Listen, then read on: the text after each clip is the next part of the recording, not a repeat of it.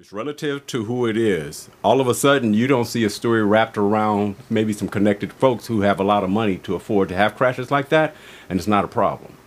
In other words, there's no story about who's at fault, what family's involved. I didn't even see really the police. Did you see police? Mm-mm. Okay, what did that tell you? Well, in Japan, they're all very well behaved. See, that's what I'm saying. All right.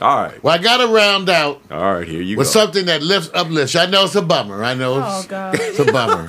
Oh my God, it's a Black Santa. Check it out. And what could be more uplifting than Santa Claus? Even though one of my black leftist friends has this white folks' way of taking over another holiday. Right. You guys. I patted him on the head. That's okay. Oh, you guys are Here we go. You know what? Here we go. Got a lot of time on their hands. 250 Santa Claus.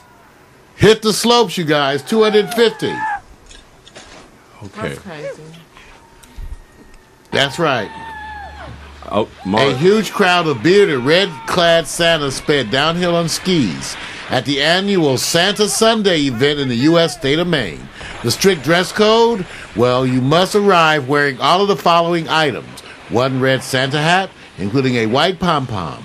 1 red Santa jacket. 1 pair of red Santa pants. And a Santa beard. Of course, the thongs were optional.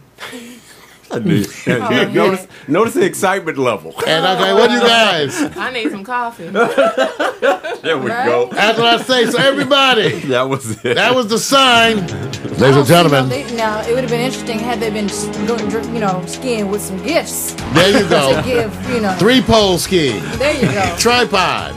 Yeah. With like this with the thing. Yeah. I understand that water is deep and cold. Yeah. I'm surprised it's black folks.